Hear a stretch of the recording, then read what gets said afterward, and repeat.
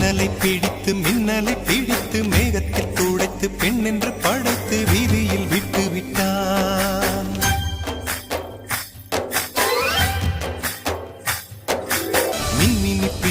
மின்மினி பிடித்து கண்களில் பதித்து கண்மணி கண் பறித்தாள். தங்கத்தை எடுத்து அம்மியில் அரைத்து மஞ்சளாய் நினைத்து கண்ணத்தில் குழைத்து ஜீவனை ஏன் எடுத்தாள்.